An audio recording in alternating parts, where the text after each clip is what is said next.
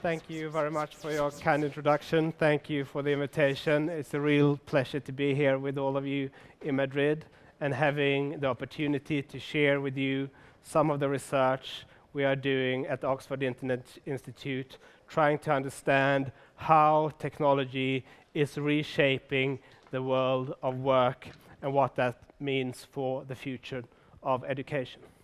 Technology has always been a double-edged sword. Nobody would argue that electric streetlight was a bad invention. It made our cities brighter, safer, less polluted. Yet for the lamplighters who used to light up the gas lamps every evening and provided for their families that way, it was a tremendously disruptive technology. In Brussels, as electric streetlights were introduced, lamplighters went on strike. Police was sent in to resolve the situation, which soon escalated, and the army had to be sent in as the lamplighters raided police headquarters. Technology is always or mostly disruptive. Yet for most of human history, technology has been a key driver of human prosperity. Before the Industrial Revolution, incomes around the world were below what we would regard the poverty line today. And if we could get the slides back up again, please, I could show you how incomes took off around the world in extraordinary fashion around 1800 as the first Industrial Revolution proliferated around the world. Those technologies created the world as we know it today. It allowed us to do more with fewer people. Yet if we zoom in on this period, which has created the foundation for the world as we know it today, we see a very different picture. In 1844, Benjamin Disraeli, before becoming Prime Minister of Britain, published a book called Coningsby, in which one character remarks that I see cities peopled with machines. Certainly Manchester must be the most wonderful place of modern times. The very same year, Frederick Engels published his book on the conditions of the working class in England, which, needless to say, had a very different take on what was going on. Engels argued that machinery only serves to downgrade people by putting them in the repetitive motions of production, which he deemed to be unnatural. And he also argued that it was only automating work, relieving people of jobs and putting downward pressure on their incomes. And it's important to remember that this period that created tremendous fortune was tremendously disruptive for a great deal of people who lived through it. As the mechanized factory system replaced the artisan shop, people at the lower end of the income distribution even saw their wages decline. And this happened not just for a very brief period, but over a period of 70 years. And if you look at data on people's heights, for example, which is another indicator of well-being, what you find is that the cohorts born in 1750 was actually taller than the cohorts born in 1850, as this negatively impacted people's incomes and nutrition thereby. And I think it's important to remember that many of these revolutionary technologies, they did create political revolutionaries along the way. We all know about the Luddites who smashed machinery, but they were part of a long wave of riots that swept across Britain, Europe, and even China. In China, workers even resisted the introduction of these technologies for another 2 centuries, in part explaining why China was so late to industrialize. Revolutionary technologies created a lot of political revolutionaries along the way. Now, not all technologies are equal, right? And we should expect different technologies to have different impacts on the labor market. The automatic elevator only did one thing: replace the operator. The telescope, by contrast, did not replace a single worker. It allowed us to look at the moons of Jupiter for the first time and do new and previously inconceivable things. So when the technology is primarily replacing and puts downward pressure on people's wages, unrest and stability is more likely to follow. In periods, in contrast, where technology has created new tasks and new jobs and new industries for labor, like in the 20th century, with the rise of automobiles, for example, which created vast new industries, supplier industries, gave rise to road commerce, leisure, travel, all sorts of things, then workers fared quite well. But what we've seen in recent decades is that trends in inequality and trends in the distribution of income largely mirror those seen during the first industrial revolution, which was primarily of the replacing sort. And it's not just about rising inequality, it's about the fact that certain groups in the labor market have seen their earnings potential permanently diminished. If you look at prime-age men with no more than a high school degree who would have flocked into the factories before the dawn of industrial robots, their wages have declined by some 30% since the 1980s. And there are two sort of key culprits for this. One is globalization and offshoring to countries like China. Another is automation and robots. Both of these, I think is important to note, have to do with technology. Without computers and the internet, it would be completely unfeasible for businesses in Europe and the United States to offshore production and coordinate at distance, right? But the key driver of this has nonetheless been automation. If you look at the United States, it still produces a lot of stuff. The share of manufacturing output is still the same. What has declined is the number of workers producing that output. And indeed, even in China, manufacturing jobs are in decline as robots are proliferating. And this, like the first industrial revolution, is already having impacts on the political economy of our societies. If we want to understand outcomes like the 2016 election in the United States or the spread of populism in Europe, automation is one key factor. Places which have been more affected by robots are more likely to vote for populist candidates, not just in the United States, but in Europe as well. And true, new jobs and new amazing industries have been created in which many people in this room works. But they have been created in different places from where the old jobs have been disappearing. In the United States, new digital technologies have made work more clustered in coastal cities while replacing work in the inland, in the Rust Belt in particular. And the workers who've seen the communities decline as a consequence have not been the beneficiaries of the boom that has happened in the Bay Area, in Boston, in New York City, etc. Similar trends, again, are happening in Europe. Now, a key question is whether the latest wave of generative AI has the potential to reverse this trend. After all, we've seen a period of skill-biased technological change whereby computers have made the most educated people most productive, allowed people like myself to export my ideas across the world. But with generative AI, it is arguably constituting a reversal, because what it does is writing and communicating. It does decently in terms of coding. It potentially can automate quite a lot of billable hours in law. It can write articles, maybe at the same level of some journalists. Various studies have shown that it's the most skilled jobs that are actually now exposed to generative AI.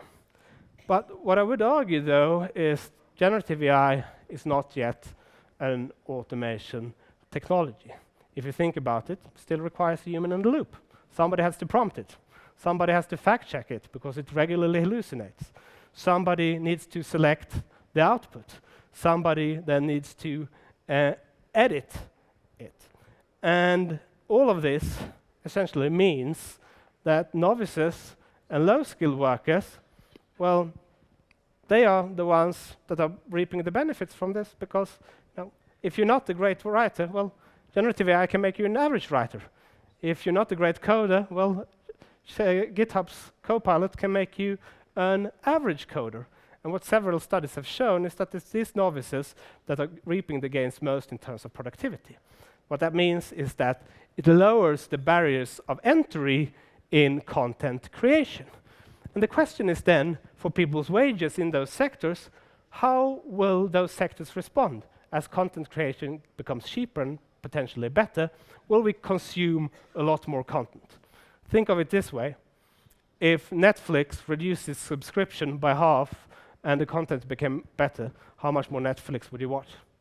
Probably not that much more, because like my day, your day is limited to 24 hours. You can't sit around and watch Netflix all day. And as a consequence, what that means is that more competition in content creation will likely reduce people's wages in those content creating professions. I think it's quite similar to what we found with the proliferation of Uber, where we see that with the invention of GPS technology, knowing the name of every street in Madrid was no longer a particularly valuable skill. And with the Uber app, anybody who wants to earn a bit of income on the side could essentially jump into a taxi and do so. And as a result, incumbent drivers took quite a significant pay cut, and there's been a lot of social unrest in those cities where it proliferated as a consequence. We're seeing something similar with generative AI today, if you've been following recent events in Hollywood around screenwriters and actors and their concerns about generative AI. Again, technology is having political economy consequences. Now, the way we responded to this historically is through education, right?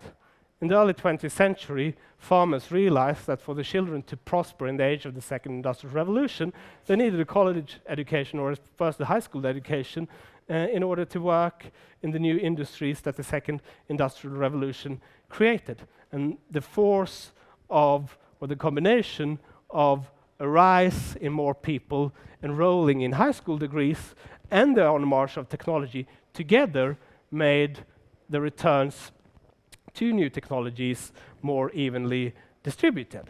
And in similar ways, we need to invest in education and new skills in order to adjust today. The key question is, which type of skills? In 2013, we argued that there are three broad domains in which humans are still likely to hold a comparative advantage. Let me mention two of those: creativity and complex social interactions. If ChatGPT writes your love letters and everybody else's, those letters are no longer a distinguishing feature, and the date becomes more important. The same is true in the world of work. If most organizations use AI for activities like sales, those AIs will perform similarly, and the ability to actually sell will be the ability to sell in person. It's going to increase the importance of in-person communication skills. Secondly, with regard to creativity, yes, you can ask ChatGPT to write a letter in the style of William Shakespeare, but Shakespeare already existed, and it was not a very novel idea to begin with. And where generative AI normally does well is in tasks where you have a clear objective or a reward function, like playing video games, where you can write just maximize game score, or write this in the style of William Shakespeare, because you can benchmark against Shakespeare. But if you want to write something entirely new, what do you optimize for? You're optimizing for X, and X is unknown. So creativity is still one domain where humans will hold a comparative advantage. Now, I'm under no illusion that a lot of skills will be lost as a result of generative AI, as has been the case with technologies of the past. European explorers who got lost during an expedition in Australia did not survive very long. They didn't know what fruit to eat, where to find water, etc., etc. Their cultural learning wasn't adapted to the environment they were in, and if I would get lost in the jungle someday, I wouldn't survive very long either, but I would try to avoid that situation. It isn't too bad after all. But the camels who got lost as well, they could smell water on several kilometers distance and survived. What makes humans different is our ability to learn new skills and pass them down the next generation. What camels have learned has remained constant throughout history, and the same is true of horses that gradually got automated away with the automobile in the 20th century. Now, does that mean that it doesn't matter if we lose some skills to generative AI today? Well, I think it depends on how foundational that skill is. And when it comes to activities like writing, I think it would be a tremendous loss if we let ChatGPT write all of our essays. The reason being is not just about the output, it is about the process of learning. And the reason I can stand here and deliver a talk today is because I've written about these issues, which has allowed me to collect my thoughts. And that process itself is more important to me than the actual output. So I do think that the future of education, writing still needs to be there. But I am optimistic that we don't have to go down the way of horses, and we can alleviate some of the political economy effects I've been talking about. I think Leontief put it quite nicely that if horses could join the Democratic Party and voted, what might happen on the farms might turn out differently. They might have used their political clout to bring the spread of the tractor to a halt. The same is true of humans, but we can acquire new skill, and we need to use our educational system and welfare systems to help people adjust to the force of technological change. Otherwise, we're not going to be able to harness the long-term gains of it, and it's not just the people whose jobs are replaced that will lose out, but society as a whole.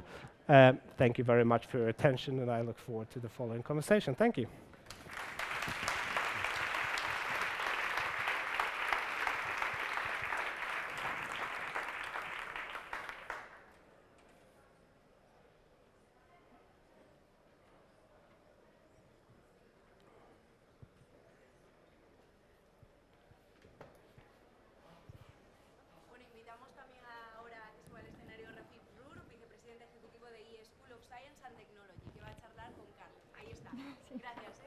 A ti. Bueno, gracias.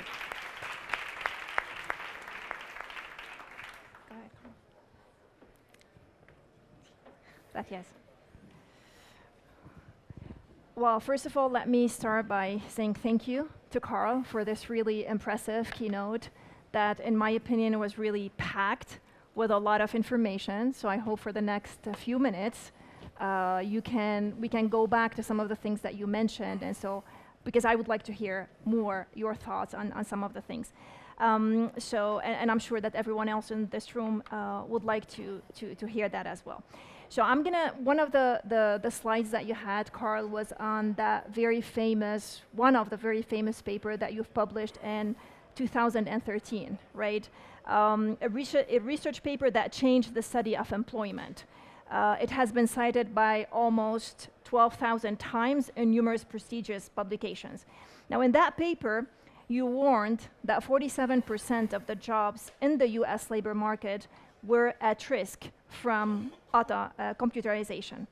Today, October 19, 2023, if you are to rewrite this paper, what are the things that you'd keep? What are the things that you will not keep or remove, and what are some of the things that you will change? Well, it's a great question. It's obviously something we've been thinking about, and in fact, we actually released a working paper that this sort of essentially discusses that precise question a couple of weeks ago, which will come out with the Brown Journal of World Affairs in January next year. I do think, and just to give a bit of context, so in that paper we argue that there are basically three key bottlenecks to automation, even in the age of artificial intelligence. One is creativity, one is complex social interactions, and one is navigating unstructured environments, so like navigating your home. There are just hundreds of objects in your home. It's an unstructured environment. We don't have any general purpose robots today that can distinguish between a piece of rubbish lying on the floor and an important document, yet manipulate all of these objects and put them in the right place, right? So that's another key bottleneck beyond creativity and complex social interactions that we discussed earlier. I think when we wrote the paper, chatbots were essentially very far from being remotely as useful as they are today, right? So the state of the art in 2013 was best captured by these Turing test competitions, where chatbots try to convince human judges of them being a person. And some people argue that there was a breakthrough the previous year when one chatbot managed to convince 30% of human judges of it being a person. But it did so by pretending to be a 13-year-old orphan boy from Odessa speaking English as his second language with no understanding of English culture whatsoever, right? So that was the state of the art of chat robots 10 years ago, and we all know where they are today. So it's clearly true that a lot of virtual complex social interactions can be automated today, although many will be subject to hallucinations and other issues, which is why it's still important to keep a human in the loop. But as I discussed in my presentation, that increases the value of in-person communication, so I still think that it's relevant today. Secondly, with regard to creativity, even a decade ago, right, there were software programs writing classical music, not as good as those today. There were drawing machines doing painting that was being exhibited at Tate Modern at the time, but there's clearly been progress. And what AI is very good at is recombining and finding new patterns in text, right? And a lot of innovation is recombination, right? But many of the sort of more foundational ideas that we have are not just recombination.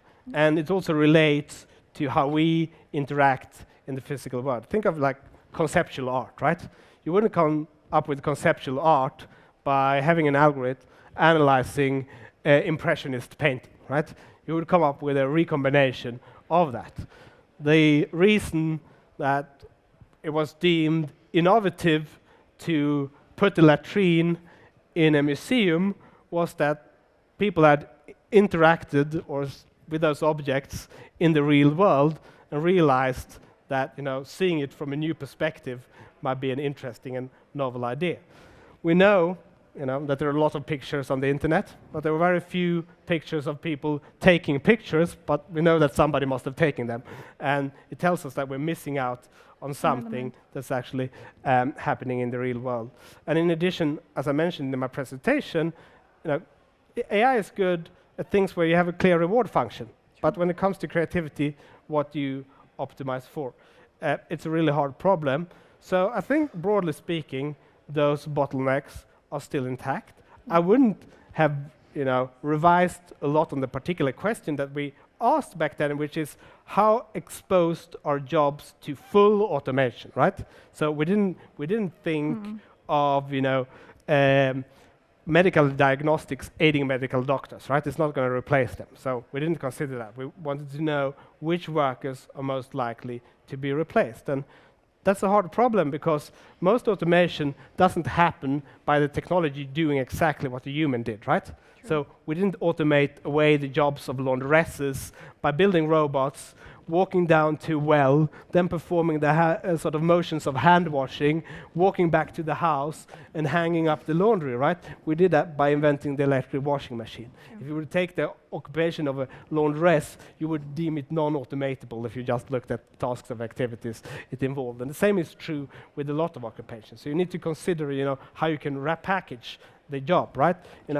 Autonomous vehicles when they arrive, they will not require finger dexterity because nobody's going to hold the steering wheel, for example, right? So those were the types of considerations we have in that paper. And as a consequence, it didn't consider many of the things that have recently happened in generative AI and the democratization of many of these skills that has happened in response. Well, thank you so much. I just want to build on something that you said.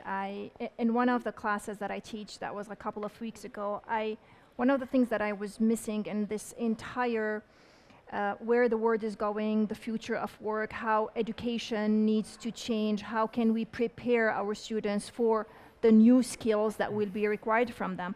So one of the questions that I ask my students is, what do you want? Okay, what is it, the things that you're looking for?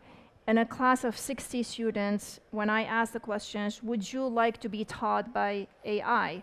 Everybody said no. And so my question to them was, why not?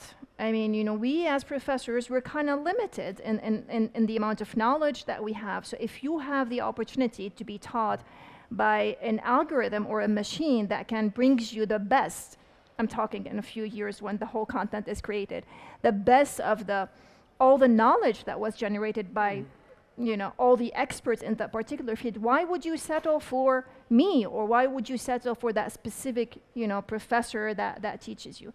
So anyway, to cut a long story short, I was surprised by some of the answers that they said. But let me ask you this question. In today, as educator, as preparing our students for the future of work, what are the things that we should be focusing on? Should we spend a lot of time on research on how to implement AI in the classroom, which I'm not saying it's a bad thing, or should we actually focus on going back to some fundamentals? And if we are to go back to some fundamentals, what would these things be? It's another great question. So, I mean, I would be intrigued to hear the answer to the follow-up question, which would be, would you prefer paying 30K a year to have me as your teacher, or pay 0K a year to have AI as your tutor? And I think that is the key challenge that is facing a lot of universities. True.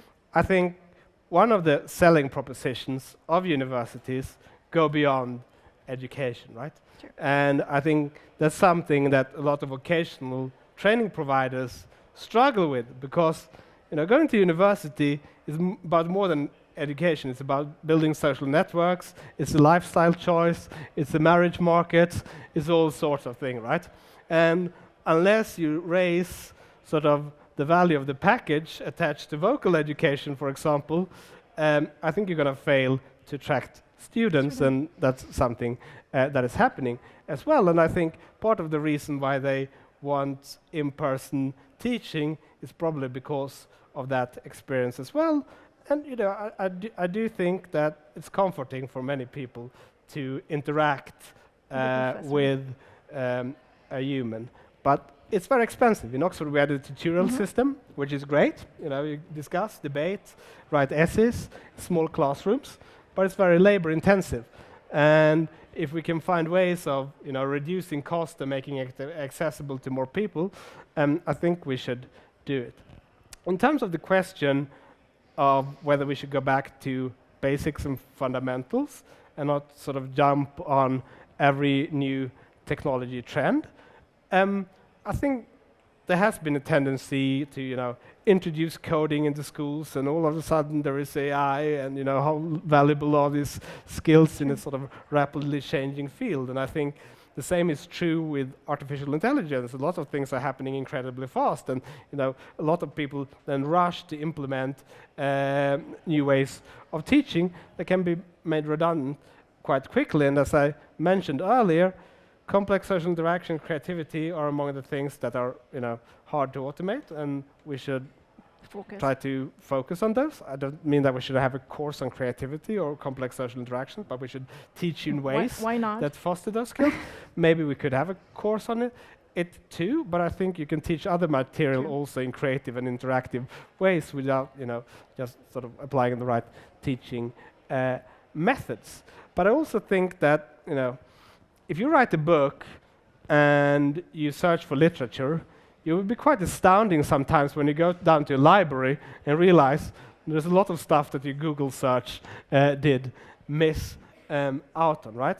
Yeah. And there's a tendency that a lot of the things we can find online are the most popular things, but what's most popular is not necessarily what's best, right? So, human curation does still really matter in that process.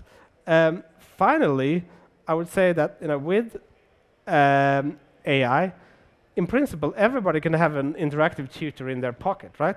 But the question is, how do you get people to actually use it? So something we know with MOOCs, for example, massive online courses, is that the people that need it the least are most likely to pick up on them, right?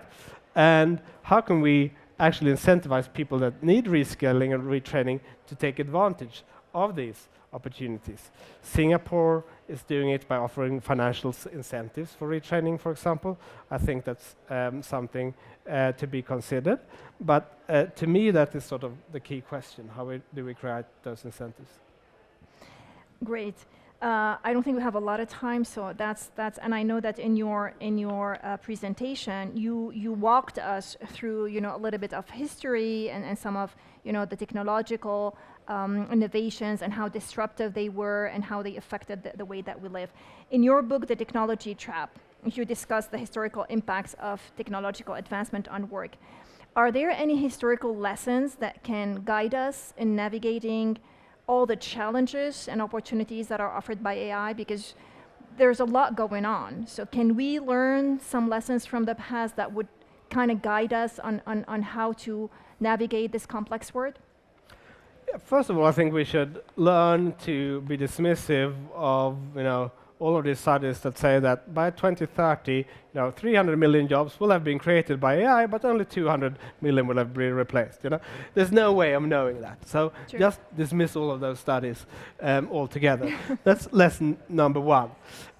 Lesson number two would be it doesn't really matter that much because it doesn't tell you anything about the distributional impacts anyways. Sure. The problem in recent years has not been that there is an exceedingly high unemployment rate. Okay, maybe that will become a problem at some point in the future, but for now, that's not the key concern. The key concern is that there are groups in society that are very highly clustered, where social problems have mounted due to joblessness and pressure on incomes in parts of our societies, right?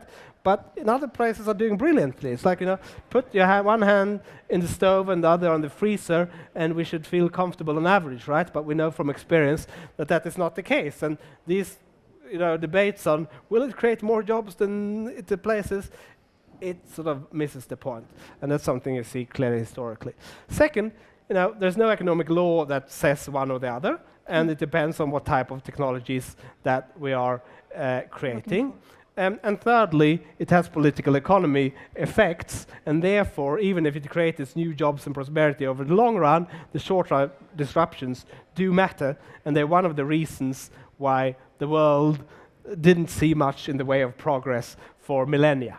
If you think that progress is something natural, well, why didn't the Industrial Revolution happen a bit earlier in the history of humanity? Why haven't most societies around the world adopted new technologies to the same extent and are rich and prosperous as a consequence? There's nothing inevitable or natural about progress at all. In fact, it's absolutely unnatural. Secondly, if you look at the Industrial Revolution and which first happened in Britain, and what distinguished Britain were several things, but part of it is that Britain had something that was called the Poor Laws, which is taxed itself 2% of GDP to provide relief from the poor. And if you look at the places where there were more social unrest, it tended to be in the places where the poor laws were less generous. It's not rocket science that if you lose your job and you lose your healthcare benefits with it, it's more disruptive to your life than if you just lose your job. So, social welfare systems do matter, not just for the people receiving them, but for society more broadly. And that is another key lesson. Great. I think we do have some questions, some time for questions. Would you like us to take some questions? Sure. Yeah? Okay. Questions? No questions on the future of work?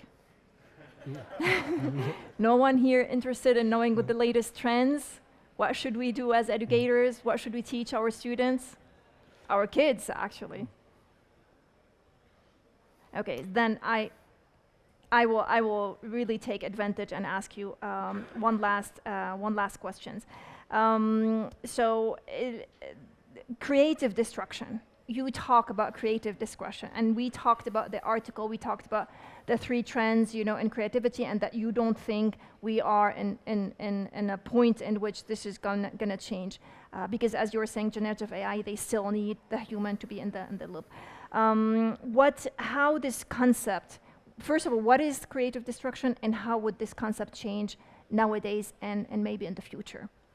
Well, the great economist Joseph Schumpeter famously noted that progress entails creative destruction. We tend to create new industries and replace old ones as a consequence. Yeah. Horse carriages disappeared as the automobile come place. along. The question is, you know, new technologies predominantly destructive, or they're more creative in terms of the new growth prospects and opportunities they create. And it partly depends on whether technology is replacing or enabling. As I mentioned earlier, automatic elevator only replaced the human.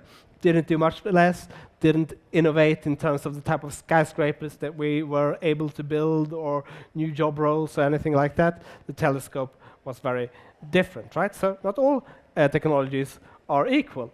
And if we have the choice, we prefer to create technologies that are more creative than technologies that are destructive. Now, that's easily said and done, and often you don't know what the impacts of a technology will be before you actually implement it. It's part of the discovery process. But we can create, for example, incentive systems that shape the type of technologies being developed. So let me give you two examples.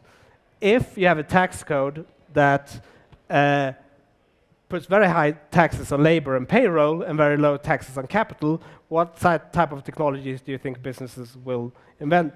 Well, probably technologies that save labor costs rather than create new types of jobs. So the structure of the tax code matters to the type of jobs that are being developed. Second, if you're concerned that, you know, your kids are spending too much time on social media and clicking on a lot of things, well, companies at the moment have incentives to maximize engagement for ad revenue. And you might ask yourself, if we had taxed ad revenue at 10, 20, 30, 40, 50% for a decade now, would the ad-based model still be viable, or would most companies have opted for a subscription-based model? I don't know the answer to that, but I do know that incentives matter, and how we shape the tax code and the rewards in our society do matter to the type of technologies that we invent. Carl Benedikt Frey, thank you so much. A true honor to listen to you. I mean, our time is up, but thank you again for just shedding some light on the future of work and what are the things that we should be looking for and learning from the past in order to navigate the complexity of the future. Thank you. Thank you for having me. It's been a pleasure. Thanks.